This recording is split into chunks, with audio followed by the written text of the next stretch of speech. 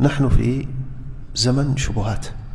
ربما يشاهد شاب أو فتاة مقطعا في يوتيوب، مقطع يتعلق بمسلسل، فيلم، مباراة، أي شيء، ثم يجد في قائمة منسدلة بجوار هذا المقطع عنوان جذاب، يدخل إليه وإذا به يحتوي على شبهة خطيرة، وهو جاهل ما يعرف كيف يجيب عنها، وإذا بها توقع في نفسه شكا، وهذا الشك مع الأيام إذا ما عولج إنه يكبر شيئا فشيئا.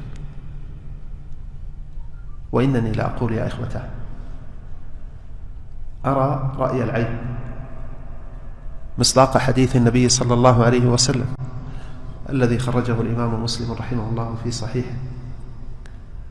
قال صلى الله عليه وسلم: بادروا بالأعمال فتنا كقطع الليل المظلم، يصبح الرجل مؤمنا ويمسي كافرا، أو يمسي مؤمنا ويصبح كافرا، يبيع دينه بعرض من الدنيا.